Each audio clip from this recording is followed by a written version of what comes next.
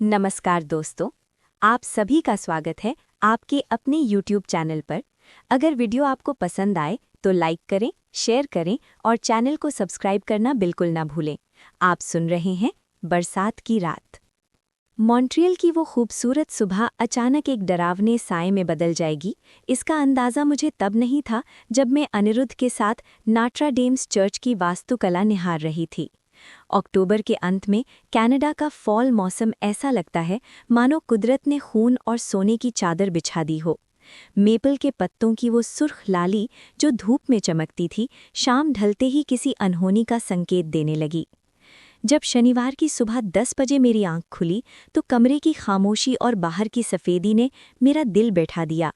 वो सफ़ेद बर्फ जो कल तक मनोरम लग रही थी, अब एक कैद की तरह महसूस होने लगी। होटल से चेकआउट करते समय उस बूढ़े पोर्टर की आंखें अजीब सी थीं।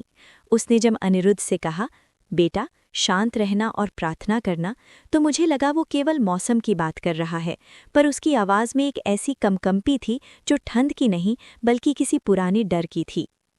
गाड़ी स्टार्ट करते ही ऐसा लगा जैसे हम दुनिया से कट गए हैं। हाईवे 402 पर विजिबिलिटी शून्य थी।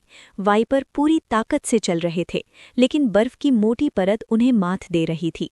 जीपीएस की स्क्रीन बार बार टिमटिमा रही थी। गाड़ी के भीतर का हीटर पूरी क्षमता पर था, फिर भी अनिरुद्ध के हाथ ठंडे पड़ रहे थे। खिड़की के बाहर सिर्फ सफ़ेद अंधेरा था। ऐसा लग रहा था जैसे हम सड़क पर नहीं बल्कि किसी अनंत शून्य में टहल रहे हैं। तभी अचानक रेडियो पर आ रही हल्की सी धुन चीख जैसी आवाज़ में बदल गई और सिग्नल पूरी तरह गायब हो गए। हमें लगा कि हम रास्ता भटक रहे हैं। तभी उस सुनसान बर्फीली सड़क के बीचों बीच वो लड़की दिखाई दी, लिंडा। उसके सफ़ेद कपड़े बर्फ में घुले हुए थे, केवल उसके काले बाल और पीली पड़ती आंखें ही उसे अलग दिखा रही थीं। जब मैंने उसे लिफ्ट दी तो गाड़ी के भीतर का तापमान अचानक 10 डिग्री और गिर गया। अनिरुद्ध ने धीरे से मेरा हाथ दबाया। वो लड़की शांत थी, बहुत ज्यादा शांत। लिंडा ने जिस रास्ते से हमें चलने को कहा वो मुख्य हाईवे से हटकर घने देवदार के जंगलों के बीच जाता था। जीपीएस अब पूरी तरह मर चुका था। लिंडा की आवाज़ किसी ठंडी हवा के झोंके जैसी थी। चिंता मत कीजिए, मेरे डैड ने आग जला रखी होगी। जब हम उस रेस्ट हाउस के सामने पहुंचे तो मेरी रूह कांप गई। वो कोई आधुनिक मोटेल नहीं था, बल्कि विक्टोरियन ज़माने की एक जर्जर इमारत थी जिसके लकड़ी के तख्ते सड़ चुके थे। मिस्टर स्मिथ दरवाजे पर खड़े थे, लंबे, दुबले और उनकी खाल कागज़ जैसी सूखी हुई। उन्होंने हमें अंदर बुलाया। जैसे ही हम कमरे में घुसे, धूल की एक भारी परत हर जगह थी।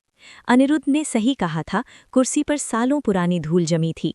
लेकिन अजीब बात ये थी कि जिस बिस्तर पर हमें सोने को कहा गया था वो एकदम साफ और ठंडा था। रात के 2 बजे मेरी नींद अचानक टूटी। मुझे बगल वाले कमरे से किसी के रोने की आवाज़ आई। वो सिसकियां लिंडा की थी या किसी और की? जब मैंने दीवार पर लगे एक पुराने फ्रेम को देखा तो मेरा खून जम गया। वो 1970 के दशक का एक अखबार का टुकड़ा था जिसमें लिखा था, बर्फीले तूफान में फंसे पिता पुत्री की भूख और ठंड से मौत। फोटो में वही चेहरा था जो अभी हमें सूप पिलाकर गया था, मिस्टर स्मिथ। होटल के उस कमरे में खामोशी इतनी गहरी थी कि मुझे अपनी और अनिरुद्ध की धड़कनें साफ सुनाई दे रही थीं।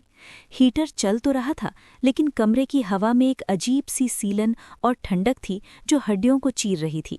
अनिरुद्ध गहरी नींद में था, लेकिन उसके चेहरे पर एक अजीब सी बेचैनी थी। रात के करीब 2:30 बजे मेरी नींद अचानक खुली। कमरे के कोने में रखे उस पुराने क्लोजेट यानी अलमारी का दरवाज़ा अपने आप धीरे से खुला। चर्र। मैंने सोचा शायद हवा होगी, पर वहाँ हवा का नामो निशान नहीं था। तभी मुझे महसूस हुआ कि कोई कमरे में चल रहा है। हल्के कदमों की आहट, जैसे कोई नंगे पैर लकड़ी के फर्श पर रेंग रहा हो। मैंने हिम्मत जुटाकर धीरे से पुकारा, लिंडा, क्या तुम हो? कोई जवाब नहीं आया, लेकिन तभी मुझे दीवार के पीछे से किसी के रोने की दबी दबी आवाज़ आई। वो सिसकियां इतनी दर्दनाक थीं कि मेरा कलेजा मुंह को आ गया। मैं बिस्तर से उठी और कमरे से बाहर गैलरी में झांका।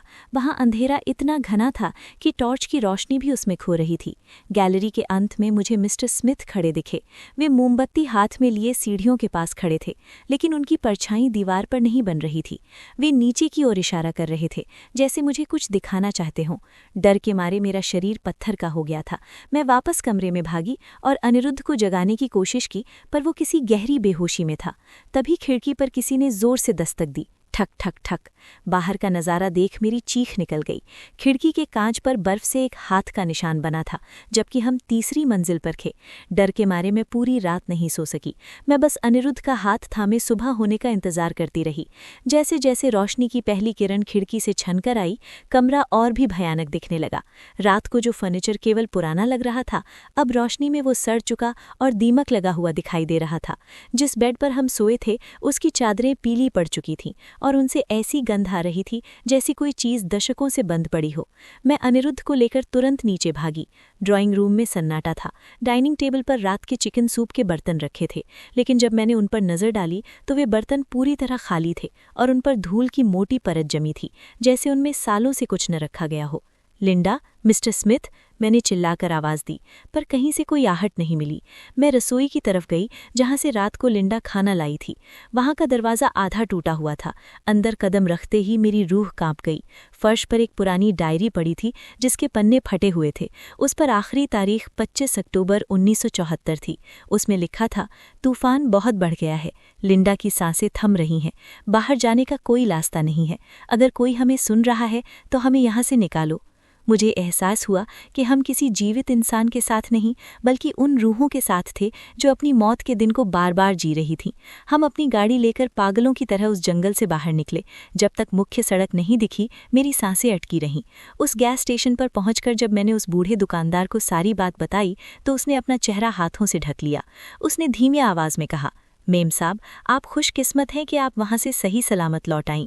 साल 1974 के उस बर्फीले तूफान में मिस्टर स्मिथ और उनकी बेटी लिंडा इसी तरह एक अजनबी की मदद करने के लिए बाहर निकले थे। उनकी गाड़ी बर्फ में दब गई थी।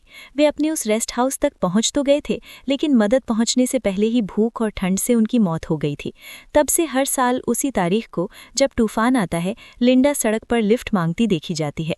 वो केवल उन्हीं को दिखती है जिनकी जान खतरे में होती है।